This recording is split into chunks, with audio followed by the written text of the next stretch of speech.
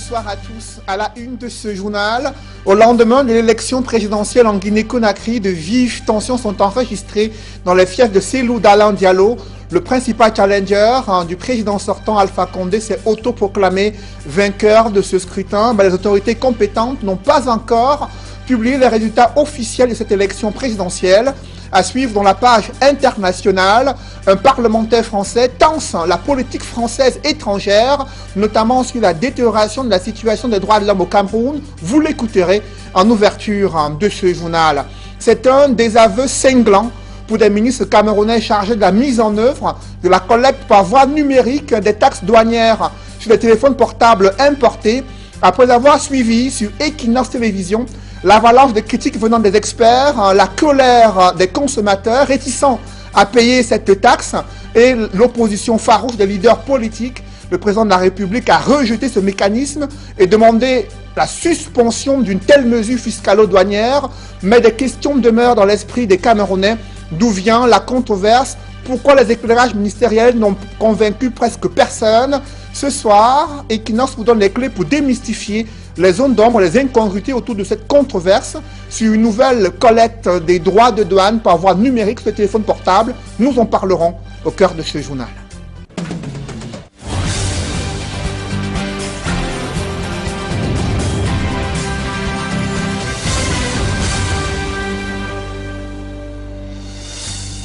Merci de suivre cette édition complète de l'information sur Equinox Télévision.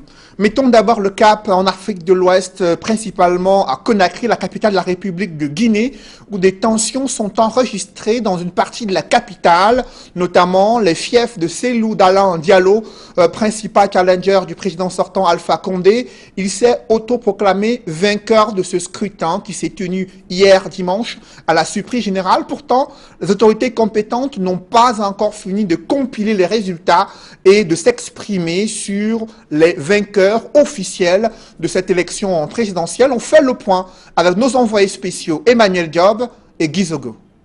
Près de 24 heures après la tenue de l'élection présidentielle en Guinée-Conakry, le candidat de l'opposition n'a guère attendu que la Commission électorale nationale indépendante, CENI, proclame les résultats. Lui s'est chargé d'indiquer aux Guinéens qu'il est le vainqueur de cette élection. Cellou Dalein Diallo a effectivement affirmé à 15 h heure locale ici aujourd'hui qu'il avait remporté l'élection présidentielle avec 58% de suffrages selon des informations qu'un site d'information qui lui est proche relaie sur les réseaux sociaux. Naturellement, dans le camp d'en face, on n'est pas resté bras croisés et le camp présidentiel, lui, indique également que c'est plutôt Alpha Condé qui est le vainqueur de cette élection présidentielle avec 68% de suffrages, selon une étude présentée comme sortant tout droit des urnes. Dès hier soir, le Premier ministre Ibrahima Kassori Fofana et le ministre de l'Intérieur Albert Damantan Camara, au cours d'une conférence de presse bilan du scrutin qui s'était déroulé en journée, ont indiqué qu'il était question que les acteurs politiques se montrent responsables en ne proclamant pas les résultats de l'élection avant la CENI. Visiblement, Cellou Dalein Diallo n'en a pas tenu compte. Lui qui indique qu'il est vainqueur, c'est qui a provoqué effectivement la descente dans la rue, dans les fiefs de son parti, à Dixine et Bambeto, de ses partisans, lesquels ont également suscité une réaction des forces de l'ordre en ce moment qui quadrille les lieux, et la tension, elle, a provoqué une peur panique chez certains habitants de la capitale Conakry avec la fermeture des boutiques et des établissements bancaires. Il reste à savoir maintenant ce qui va se passer en attendant que la Commission électorale nationale indépendante publie les résultats. Il faut rappeler que seuls les résultats de cette institution sont considérés comme devant déclarer le vainqueur de l'élection présidentielle ici en Guinée-Conakry. À Conakry, pour Equinox Télévision, Emmanuel Diop, Guy Zogo. En Côte d'Ivoire, une escalade de violence suscite des inquiétudes. L'une des résidences d'un candidat, Pascal Affi-N'Guessan, a été incendiée. Des agressions se multiplient entre militants pro-Ouattara et anti-Ouattara. Nous l'évoquons dans ce reportage signé Gladys Sidier. Le spectre des violences intercommunautaires plane sur la Côte d'Ivoire. Les appels incessants au boycott lancés par l'opposition font craindre un nouveau cycle de violence dans le pays.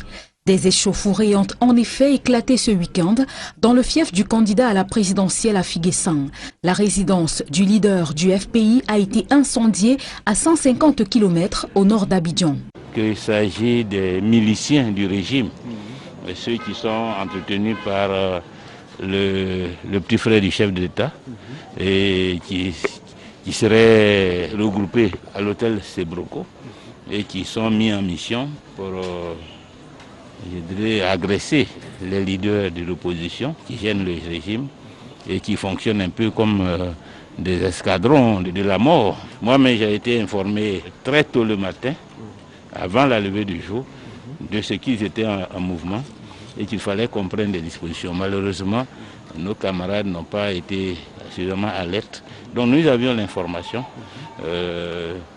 Certains même pensaient que ce serait même ici à Abidjan. Ils ont choisi d'aller au village. Des incidents qui interviennent alors que l'opposition a lancé un mot d'ordre de boycott actif du processus électoral. Elle demande une réforme du Conseil constitutionnel et de la Commission électorale indépendante, accusée d'être inféodée au pouvoir. C'est pour tenter de désamorcer une bombe qui pourrait éclater à tout moment qu'une mission de la CEDEAO a atterri le 18 octobre à Abidjan. En vue d'évaluer le climat sociopolitique, la délégation ministérielle constituée de 4 membres aura des séances de travail avec les autorités ivoiriennes, le groupe d'ambassadeurs des pays membres permanents du Conseil de sécurité et du groupe d'ambassadeurs de l'Union européenne et de l'Union africaine. Les attentes des Ivoiriens durant cette élection présidentielle sont grandes. Pour ma part, j'attends beaucoup du futur président. Il y a tellement de choses à faire. Au niveau infrastructurel, c'est vrai que le président sortant en a fait beaucoup, mais il reste encore énormément de choses à faire. Au niveau de l'éducation aussi, voilà, il faut construire encore des salles de classe voilà, dans les coins les plus reculés de la Côte d'Ivoire. Le travail, parce que depuis un certain temps, vraiment pour avoir du boulot en Côte d'Ivoire, c'est compliqué. Donc, en tant que jeunes, nous avons besoin de travail, nous avons besoin de nous occuper pour être indépendants. La sécurité, parce qu'on n'est pas en sécurité. À partir de 18 h, on est obligé de courir pour rentrer dans les maisons parce qu'il n'y a pas de sécurité. Surtout à Bobo, à Djamé. Depuis l'annonce de la candidature d'Alassane Ouattara, le 6 août dernier, la Côte d'Ivoire est plongée dans une crise préélectorale. Le pays déplore une trentaine de pertes en vie humaine. Des centaines de citoyens sont détenus dans les prisons. Mais loin de céder, le pouvoir maintient les élections pour le 31 octobre prochain. Dans ce chapitre consacré à l'international, le silence de la France sur la détérioration de la situation des droits de l'homme et la situation particulière de Maurice Kamto suscite inquiétude chez des parlementaires. L'un des députés français, Sébastien Nadeau, a interpellé le ministre français des Relations étrangères et de l'Europe, déplorant les errements de la politique française à l'étranger. Je vous propose d'écouter Sébastien Nadeau et l'échange qu'il a eu avec le ministre français des Affaires étrangères. Particulièrement au Cameroun, où vous semblez ignorer le drame anglophone et vous ne condamnez pas le fait que le principal opposant politique Maurice Kamto soit actuellement en résidence surveillée. Les errements de notre diplomatie sur le continent africain s'accompagnent des mauvais comportements d'entreprises françaises à l'étranger. Le groupe Bolloré au Cameroun, Total au Yémen ou au Mozambique. Soyons clairs, nous ne rivaliserons pas face aux Chinois ou aux Russes sur le terrain de la corruption des élites africaines. Je voudrais d'abord rappeler, parce que j'ai bien entendu la somme de louanges que j'ai entendu, que M. Nadeau a bien voulu me décerner tout à l'heure, mais bon... Je reviendrai parce que je crois que je suis porteur d'une politique d'égarement, donc c'est un peu lourd pour moi, mais enfin, bon, j'assume. Mais je voulais quand même lui dire que, vous n'avez pas eu ces mots extrêmes, monsieur Lecoq. Si, vous avez dit égarement. Peut-être que vous avez dit égarement. Je suis en train de m'égarer, enfin, donc je suis dans l'égarement, monsieur Nadeau. Mais merci du compliment. Il demande d'aller voir quelques lieux. Bon, monsieur Nadeau, je n'ai pas polémiqué avec vous, donc je vous donnerai simplement un conseil sur ma politique d'égarement. Moi, je vous propose d'aller voir. Ah bah si. Si, on verra en compte rendu, hein, mais bon. Enfin, c'était pas des propos d'une très grande. C'était pas des propos très.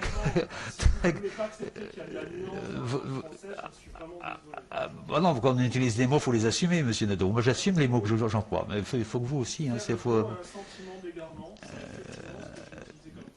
oui, c'est ça. Oui, donc je mène une politique d'égarement. Donc c'est ça.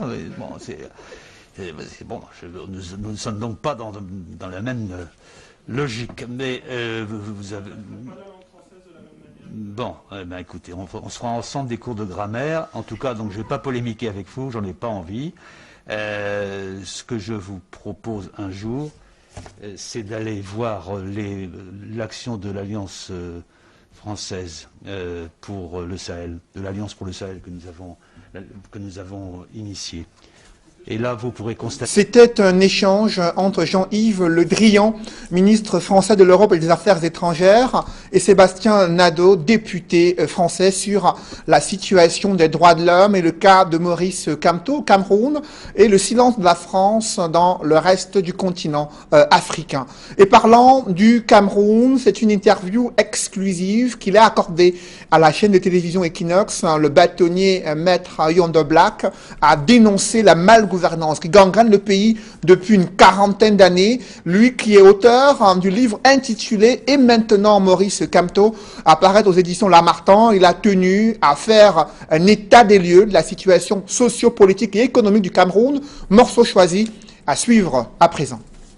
Qu'est-ce que le Camerounais recherche? Le Camerounais recherche qu'il ait de l'eau à boire, qu'il soit une eau saine. Le Camerounais recherche la lumière.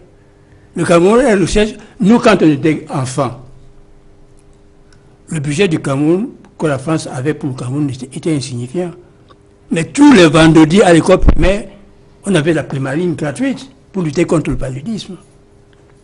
Les médecins africains avaient des ordonnanciers, c'est l'État qui leur donnait. Aujourd'hui, vous allez à l'hôpital, même d'État, c'est vous qui amenez le carnet sur lequel on doit faire l'ordonnance. Quant aux médicaments, n'en parlons pas. Vous savez très bien que nos hôpitaux sont considérés comme des mouroirs. Vous savez très bien qu'on dit que tous les hauts fonctionnaires sont des évacués sanitaires. Et dans leur évacuation sanitaire, ils détournent même, ils ne payent pas. Si bien que certains, quand ils envoient les hôpitaux en France, refusent de les recevoir. Donc, quand vous avez l'autoroute Douala-Yaoundé, 200 combien de kilomètres? Ça fait plus de 10 ans qu'on attend ce travail. Et sous prétexte que les riverains ne veulent pas partir. Pourquoi ne veulent-ils pas partir? C'est parce que l'argent est déjà sorti des caisses pour les indemniser. Mais cet argent n'est jamais arrivé à terme. Moi-même qui vous parle, dans le prolongement du boulevard de la République, pour aller à Aquanor, j'ai été exproprié de 700 mètres carrés de terrain. Est-ce que vous avez été indemnisé? Jusqu'à ce jour, ça fait plus de 10 ans. Tout le monde a été indemnisé, sauf moi.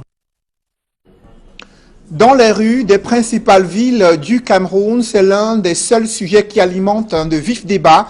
Il s'agit de la mise en application de la collecte par voie numérique des taxes douanières sur les téléphones portables importés, fixé à 33%. Ce mécanisme tel que présenté a suscité un tollé.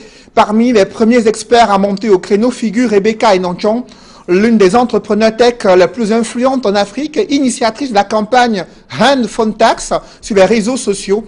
Elle a présenté les incongruités de ce nouveau dispositif de collecte des taxes douanières par voie numérique sur les téléphones portables importés et les conséquences sur l'emploi et l'écosystème numérique au Cameroun. Elle s'exprime dans ce reportage signé Jean-Paul Chouniat. Opérant dans l'économie numérique depuis une vingtaine d'années, la Camerounaise Rebecca Enonchon voit en la nouvelle taxe sur les téléphones portables et tablettes un moyen pour le gouvernement de spolier les citoyens camerounais déjà bien appauvris par les différentes conjonctures économiques difficiles qu'a connues le pays. C'est une mesure qui punit un consommateur parce que les douaniers n'ont pas pu faire leur travail. En prélevant cette taxe de 33%, soutient Rebecca Enonchon, l'accès des consommateurs aux téléphones portables performants va diminuer, baissant le chiffre d'affaires des opérateurs de téléphonie mobile et élargir le fossé numérique entre le Cameroun et les autres pays d'Afrique et du monde. On a besoin que les gens utilisent leur téléphone et on a besoin qu'ils aient le téléphone le plus performant possible. Et donc aujourd'hui, ils vont plus acheter des téléphones, ils vont acheter le téléphone qui leur coûte le moins cher parce que les droits de douane dessus seront les moins élevés.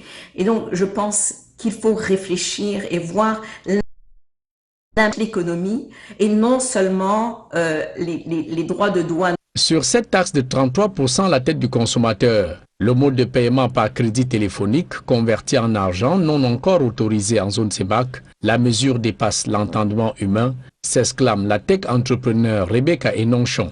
Et s'il est pareil que le mobile money, donc la monnaie électronique, ça veut dire que les opérateurs qui font le mobile money n'avaient pas besoin d'un accord avec la BEAC pour faire leur mobile money.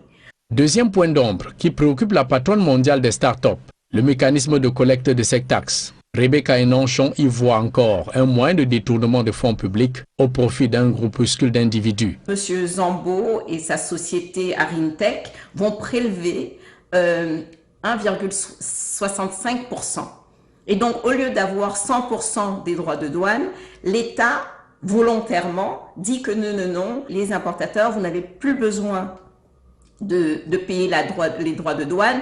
D'ailleurs, c'est presque encouragé que tout l'argent passe par cette plateforme. À travers le flou juridique autour de cette plateforme, son déficit technique en équipement, Rebecca Enonchon remet en cause les capacités de l'entreprise à pouvoir collecter en toute transparence cette taxe au nom de l'État camerounais. Malheureusement, on n'a pas beaucoup d'informations sur la plateforme. Ni le gouvernement, ni Monsieur Zambo ont bien vraiment communiqué sur l'architecture de la plateforme, la technologie qui est utilisée, la base de données qui est utilisée, les méthodes de sécurité qui ont été utilisées. Et donc, on n'a pas réellement beaucoup d'informations. On sait qu'il y a des failles. En 2015, le ministère des Postes et Télécommunications prévoyait une hausse de 10% sur le produit intérieur brut grâce à l'économie numérique. Et si rien n'est fait pour le Cameroun, martèle Rebecca Enonchon, notre économie perdrait des milliards de francs CFA et des milliers d'emplois ruinés. Pour la seule année 2017, l'économie numérique a généré en Afrique 8 000 milliards de francs CFA d'impôts et créé 3 millions d'emplois. Dans cette même veine, des associations de défense des droits des consommateurs ont, elles aussi, contesté cette décision ministérielle visant à faire payer directement des taxes et droits de douane aux utilisateurs de téléphones portables. Décision suicidaire, selon les présidents de la Ligue camerounaise des consommateurs et l'Observatoire de développement sociétal. Ils présentent des défaillances dans le nouveau mécanisme de prélèvement de ces taxes douanières. Je vous invite à suivre Delors Magellan Kamgeng, président de la Ligue camerounaise des consommateurs, et Lilian Ngoulou de l'Observatoire de développement sociétal. Nous avons entrepris des démarches en termes de plaidoyer et de lobbying auprès des autorités compétentes pour qu'ils puissent avoir un sursis à exécution. Le gouvernement est conscient d'avoir dérapé. La réglementation CEMAC demande aux États membres, dont notamment aux responsables des frontières, dont les douaniers, de ne traiter qu'avec les importateurs. Ceux qui font entrer les produits s'appellent importateurs et non consommateurs. Deuxième chose, on ne peut pas dire vouloir appliquer la loi en violant une autre loi. Et il y a la loi cadre numéro 2011, base 012 du 6 mai 2011, portant protection du consommateur au Cameroun. Cette loi-là voudrait que, quand il y a des questions, des préoccupations intéressant les consommateurs, que leurs représentants soient associés à l'élaboration des textes. L'Observatoire du développement sociétal tient à rappeler aux organisateurs de cette manœuvre dolosive que l'un des principes de la République, c'est la recherche de l'intérêt général. De ce fait, une mesure orientée vers la réalisation des intérêts égoïstes ne saurait donc légitimement prospérer. Il fait par ailleurs remarquer que les administrateurs incompétents ne devraient pas adosser le paiement de leurs erreurs sur les honnêtes citoyens. Ce dispositif de collecte par voie numérique des droits et taxes de douane sur les téléphones portables a également suscité une levée de boucliers au sein de la classe politique. Loin des clivages, des leaders ont dénoncé un mécanisme inopérant, sans garantie de protection des consommateurs et révélateur des défaillances dans les contrôles douaniers au Cameroun. Ils ont tous exigé le retrait de cette taxe dans la loi des finances. Ils s'expriment dans ce reportage signé Flavien Valondongo.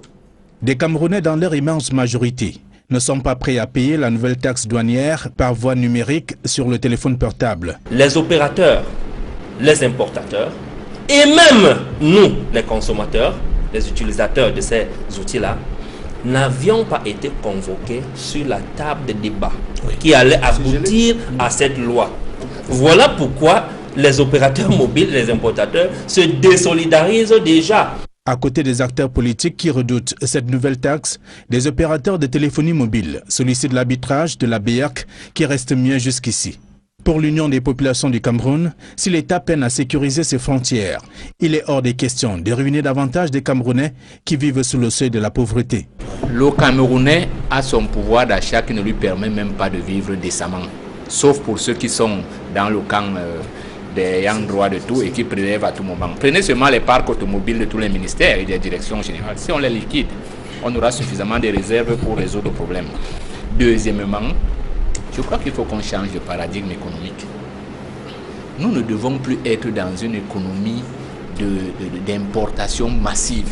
Le communicant du parti au pouvoir qui exprime son inquiétude quant à la mise en route de l'économie numérique suite au refus du paiement de la nouvelle taxe par des consommateurs suggère des pistes de solutions simples. Si cette taxe aujourd'hui décourage la population, l'économie numérique est foutue. Oui, voilà. Ça c'est d'un. Oui. Et de deux, maintenant, l'État peut faire une technique de contournement. C'est de faire la production maintenant de téléphones locaux.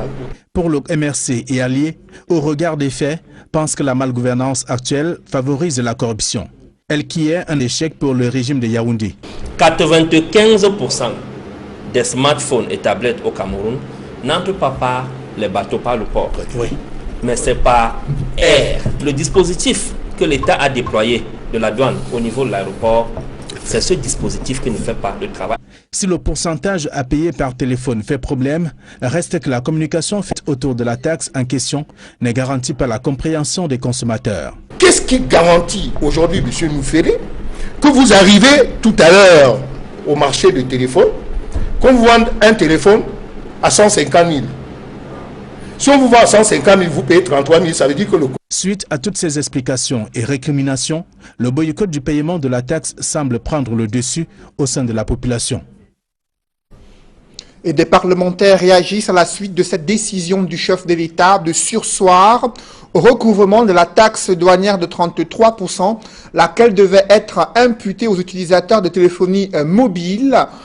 Pour le député SDF Jean-Michel Nitieux, il s'agit d'un recul du pouvoir et d'un succès pour la mobilisation en préparation des forces progressistes de l'opposition et d'une victoire de la société civile sur cette méthode archaïque des différents gouvernements camerounais qui consiste à passer en force sur des sujets qui impactent sur la vie quotidienne des Camerounais. L'honorable Jean-Michel Nitieux critique l'incohérence gouvernementale et l'égocentrisme de certains ministres et une querelle de chapelle révélée au grand jour à travers ce rétro-pédalage. Cependant, il précise dans un communiqué que cette victoire sera incomplète tant qu'il n'y aura pas de suppression pure et simple de cette taxe dans la loi des finances de l'exercice 2021 qui sera débattue lors de la session parlementaire en novembre prochain. Autre réaction, celle de Cabral Libi, lui aussi député PCRN et président du même parti politique. Il salue l'écoute du président de la République pour l'annulation de l'imputation de la collecte des droits de douane sur le téléphone de contrebande aux consommateurs, a-t-il indiqué sur son compte Twitter. Dans l'actualité, un incendie a fait un mort à Loum dans le département du Mungo. De nombreux dégâts matériels sont enregistrés. Selon des témoins, l'origine de l'incendie, c'est la vente illicite du carburant frelaté dans cet arrondissement. Reportage, Jacquino Mollan et Xavier Foka.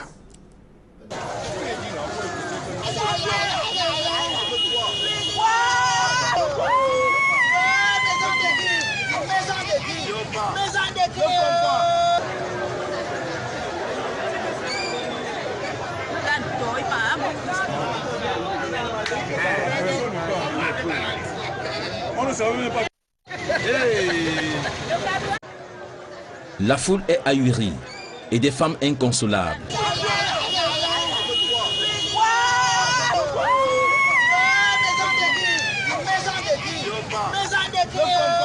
Une femme vient de perdre la vie et une autre brûlée au 3e degré dans un incendie qui a eu lieu ce lundi matin au lieu du marché Loum Chantier dans le département du Mungo. La cause de l'incendie, le carburant frélaté qui s'est embrasé. À peine 10 minutes qu'on n'avait pas de carburant. Maman Élisée était venue prendre mon carburant pour vendre. Le feu n'était pas loin du carburant. C'est là où à 5 minutes, à peine d'entrer le carburant. C'est même pas 5 minutes. Incendie. Papa, le feu. La main sort. La main sort avec le feu partout. La foule qui a accouru a pu sauver la vie de l'une des 2 dames qui se trouvait dans cette maison au moment des faits. Quand le feu m'a pris, ça a embrassé d'abord qui vendait le carburant. Et après, ce qui est brûlé a pu s'échapper. Et pendant que nous sommes arrivés, on a cherché à éteindre le feu. On ne savait pas qu'il y avait une personne dedans.